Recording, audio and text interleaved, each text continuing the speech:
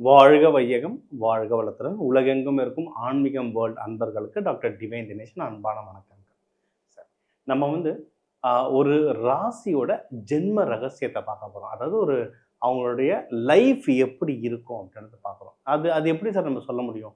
எல்லாருக்கும் ஜென்ரலானா நம்ம சொல்கிறோம்ல, இப்போ இவன் வந்து அவங்க அப்பா மாதிரி, அம்மா மாதிரி, அவங்க தாத்தா விட்டதை இப்போ பேரன் பிடிக்கிறான் அப்படின்னு சொல்கிறோம்ல, அதில் என்ன டிஎன்ஏ பேட்டர்ன், அந்த ரத்தத்தில் அந்த டிஎன்ஏ வருது. சரி, இது வந்து ஒரு குடும்பத்துக்கு சொல்கிறோம். ஓகே, இப்போ உலகத்தில் ஒரு 800 கோடி பேர் இருக்காங்கன்னா, அந்த 800 கோடி பேரையும் ஒரு 12 ராசியை பிரிச்சிடலாம்.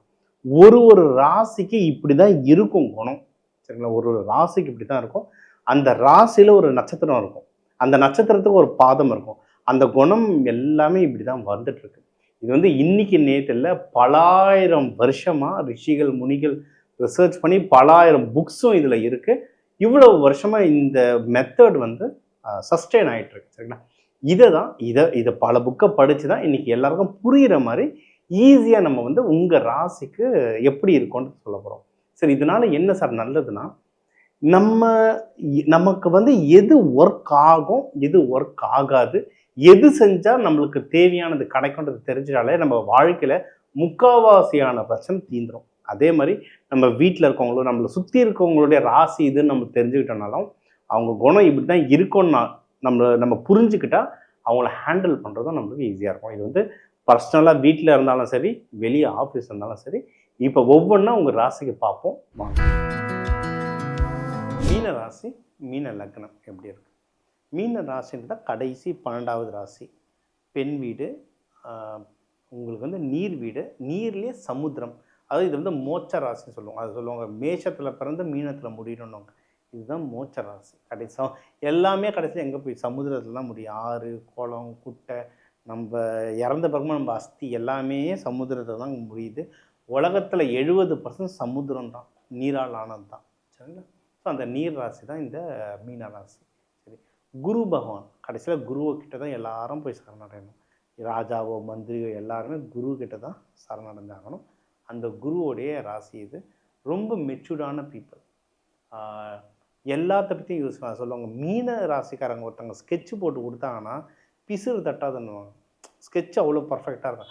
அந்த ஸ்கெட்சு அவங்களுக்கு ஒர்க் ஆகுதா இல்லை அவங்க செயல்படுத்துகிறாங்களான்றது வேறு விஷயம். ஆனால் அவங்க போட்டு கொடுக்குற பிளானை வந்து சூப்பராக மற்றவங்களுக்கு ஒர்க் ஆகும்.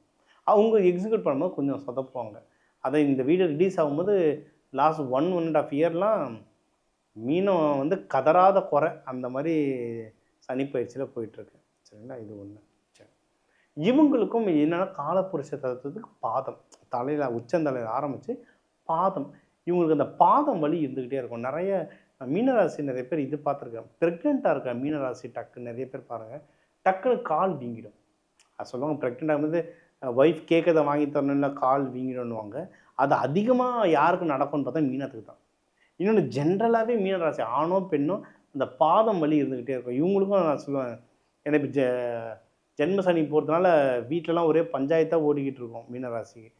அது நிறைய பேர் சொல்லும்போது நான் சொல்லுவேன், ஹஸ்பண்டும் ஒய்ஃபும் பிரச்சனை வந்துச்சா சும்மா பக்கத்தில் உட்காந்து பாதத்தை அழுத்திக்கிட்டே பேசுங்களேன் சரியாகும்னு. அது நிறைய பேர் ட்ரை பண்ணி நம்ம ஸ்டூடெண்ட்ஸ் சொல்லுவாங்க, சார் பிரச்சனை சால்வ் ஆகிடுச்சு சார்ன்ட்டு. பாதத்தை லைட்டாக அழுத்திட்டே பேசுங்க, எப்படியாப்பட்டவங்க சாஃப்ட் ஆகிடுவாங்க. முக்கியமாக மீன ராசிக்கு. இது ஒன்று. இவங்களுக்கும் ஜாப் தான், அரசாங்க உத்தியோகம் கிடைக்க நிறைய வாய்ப்பு. ஏன்னா இது அரசாங்க ராசி ஒன்று. ப்ரைவேட்லேயும் பார்த்திங்கன்னா ரொம்ப நல்ல பொசிஷனில் இருப்பாங்க. TL managers, senior managers, CFO, CHRO, அதாவது chief finance officer, chief HR officer, chief executive ஃபவுண்டர்ன்றது ராஜா. அந்த ராஜாவுக்கு கீழே அடுத்த நிலையில் இருக்கும் சிஎஃப்ஓ, சிஹெச்ஆர்ஓ. இது சொல்லிட்டு இருக்கும்போது நம்ம ஃபாரினில் இருக்கவங்களும் கிளாஸ் எடுப்போம். அதில் ஒருத்தர் சொன்னார், அவர் வந்து ஒரு ரொம்ப பெரிய கம்பெனியோட சிஹெச்ஆர்ஓ, சீஃப் ஹியூமன் ரிசோர்ஸ் ஆஃபீஸர். அவர் சொல்லுவார், சார் என்னை எல்லோரும் குருஜின்னு தான் கூப்பிடுவாங்க அப்படின்னாரு. ஏன்னா அவங்க வந்து ஃபவுண்டரை விட இவரை வந்து மதிப்பாங்க. ஃபவுண்டருக்கு பயப்படுவாங்க, இவரை மதிப்பாங்க. ஏன்னா எல்லா இடத்துலையும் வந்து கரெக்டாக கைடு பண்ணுவாங்க. அந்த டிஃபால்ட் குணம், அந்த மற்றவங்களை கைடு பண்ணணுன்ற குணம் வந்து மீனராசிகருக்கு. நல்ல ஹீலர், நல்ல கோச், கன்சல்டன்ட், ஜோதிடர்கள் நிறைய பேர் இந்த மீனராசியில் இருக்காங்க. சரிங்களா? இவங்களுக்கும் லக்கியான கலர்னால் மஞ்சள். மஞ்சள் கலர் ரொம்ப ரொம்ப லக்கி இவங்களுக்கு. இது ஸோ காலப்புரட்சி தத்துவத்துக்கு மெடிக்கலுக்கு நம்ம சொல்லியிருக்கோம். அந்த பாதம் பார்த்துக்கணும். உங்களுக்கு வந்து தொழிலும் சொல்லியாச்சு. தொழிலும் நல்லபடியாக இருக்குது. பிஸ்னஸ் பண்ணுறவங்களும் இவங்க வந்து பிஸ்னஸில் கொஞ்சம் கஷ்டப்பட்டு உழைப்பாங்க. ஆனால் முன்னேறிடுவாங்க. இவங்க வழிபட வேண்டிய தெய்வம்னா மீன ராசிக்கு டிஃபால்ட்டு நான் சொல்கிறது மீனாட்சி சுந்தரேஸ்வரர், மதுரை மீனாட்சி சுந்தரேஸ்வரர். இதில் என்ன ஒரு சீக்ரெட்னா சுந்தரேஸ்வரர் மெயினாக வழிபாடு பண்ணோம். எல்லாரும் மீனாட்சி அம்மன்னா நேராக போவாங்க, மீனாட்சியை பார்ப்பாங்க, வந்துக்கிட்டே இருப்பாங்க. மீனாட்சி அம்மன் குட். அவங்க வந்து புதன் ஆக்சுவலாக. மீனாட்சி அம்மன் புதன் சுக்கிரன். நீங்கள் வந்து சுந்தரேஸ்வரர் தான் குரு ஆக்சுவலாக. ஸோ மீன ராசி லக்னக்காரங்களுக்கு வந்து மீனாட்சியும் சுந்தரேஸ்வரையும் சேர்த்து வேணும். அவங்க சேர்ந்துருக்கிற மாதிரி படங்கள் வச்சு வேண்டுங்க. ரொம்ப ரொம்ப நல்லது. அதுவும் இப்போ இருக்க மீன ராசிக்கு வந்து ஜென்ம சனி நடந்துட்டு இருக்கிறதுனால மீனாட்சி சுந்தரேஸ்வரர் மதுரையில் போய் கும்பிட்டாலும் சரி, இல்லை அவங்கள நினச்ச ஃபோட்டோ வச்சு வீட்டில் கும்பிட்டாலும் சரி, இல்லை பக்கத்தில் இருக்க மீனாட்சி அம்மன் கோயில் போய் வழிபாட்டு வந்தாலும் சரி, நீங்கள் அதை வழிபாடு பண்ண வாழ்க்கை வந்து ரொம்ப நல்ல நிலைக்கு முயற்சிங்க. இதை தாண்டி லக்ஷ்மி நரசிம்மர் வழிபாடு பண்ணலாம். இவங்களெல்லாம் வியாழக்கிழமை வியாழன் ஓரையில் குரு ஓரையில் வழிபாடு பண்ணலாம். வியாழன் ஓரை குரு ஓரை ரெண்டுமே சேர்ந்தாங்க. அதே மாதிரி நீங்கள் வந்து அந்த நவகிரகங்களில் குருவுக்கு வழிபாடு பண்ணலாம், தட்சிணாமூர்த்திக்கு வழிபாடு பண்ணலாம்.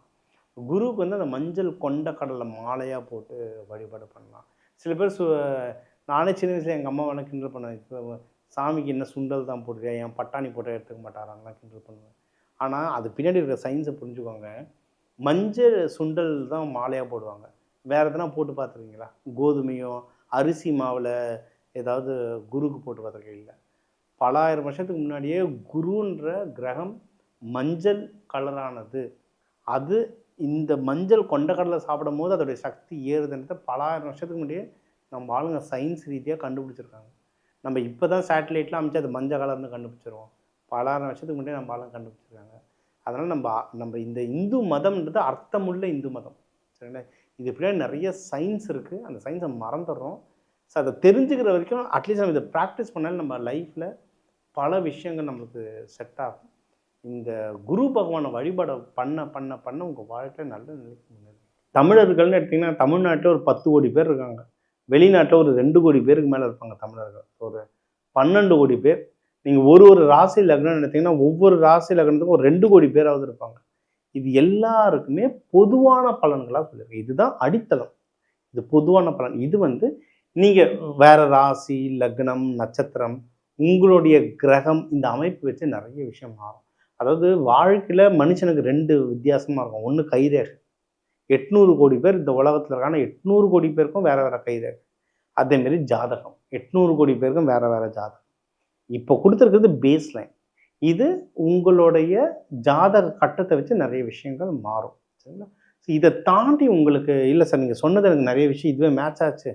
இதை விட எனக்கு ஒரு முக்கியமான நான் ஒரு ப்ரமோஷனுக்கு வெயிட் பண்ணுறேன், நான் ஒரு கல்யாணத்துக்கு வெயிட் பண்ணுறேன், நான் வந்து இப்போ லவ்வுக்கு வெயிட் பண்ணுறேன், இல்லை ஒரு பிஸ்னஸ் ஸ்டார்ட் பண்ண போகிறேன், முக்கியமான டிசிஷன் எடுக்கணும், நான் என்ன பண்ணுறதுன்னு உங்களுக்கு சந்தேகம் வருதுன்னா நீங்கள் வந்து நம்ம என் நம்பர் இதில் இருக்குது, கால் பண்ணிட்டு ஜாதகம் கொடுங்க, கன்சல்டிங் எடுத்துக்கோங்க. டீட்டெயில்டாக சொல்கிறேன். பரிகாரங்கள் பரிகாரங்களில் நிறைய வகை இருக்குது. நம்ம பரிகாரங்கள் பற்றி நிறைய இன்டர்வியூ நம்ம இதில் போடலாம் சீக்கிரம். பட் அதுக்கு முன்னாடி தெய்வ வழிபாடு. எந்த தெய்வ வழிபாடு? இப்போ சிவன்லேயே 1008 ரூபம் இருக்குது. 1008. அதில் 1 பைரவர். அந்த பைரவர்லேயே 64 ரூபம் இருக்கும். அந்த மாதிரி எதுக்கு இத்தனை ரூபம்? கடவுள் ஒன்று, அப்புறம் ஏன் இத்தனை ரூபம்? ஒரு தேவைக்கு ஏற்ற மாதிரி ஒரு ரூபங்கள் இருக்குது. அது எந்த ரூபத்தை எப்படி வழிபாடு பண்ணணும்? இல்லை நான் கோவிலுக்கே போக முடியாது, நான் வீட்டில் தான் இருக்கேன், நான் வீட்டில் இருந்து எப்படி பண்ணுறது? ஹோம் ரெமெடிஸ்ன்னு சொல்லுவோம். வீட்டில் இருந்து வாழ்வியல் பரிகாரங்கள்லாம் இருக்குது. ஒன்றும் இல்லை, கிச்சனில் இருக்கிற தானியங்களை வச்சா மேஜிக் பண்ணலாம். இந்த மாதிரி விஷயங்கள் இருக்குது. வேணுன்றவங்க தாராளமாக கால் பண்ணுங்கள். என்னால் என்ன முடியுமோ அந்த நல்ல விஷயங்கள் சொல்கிறேன்.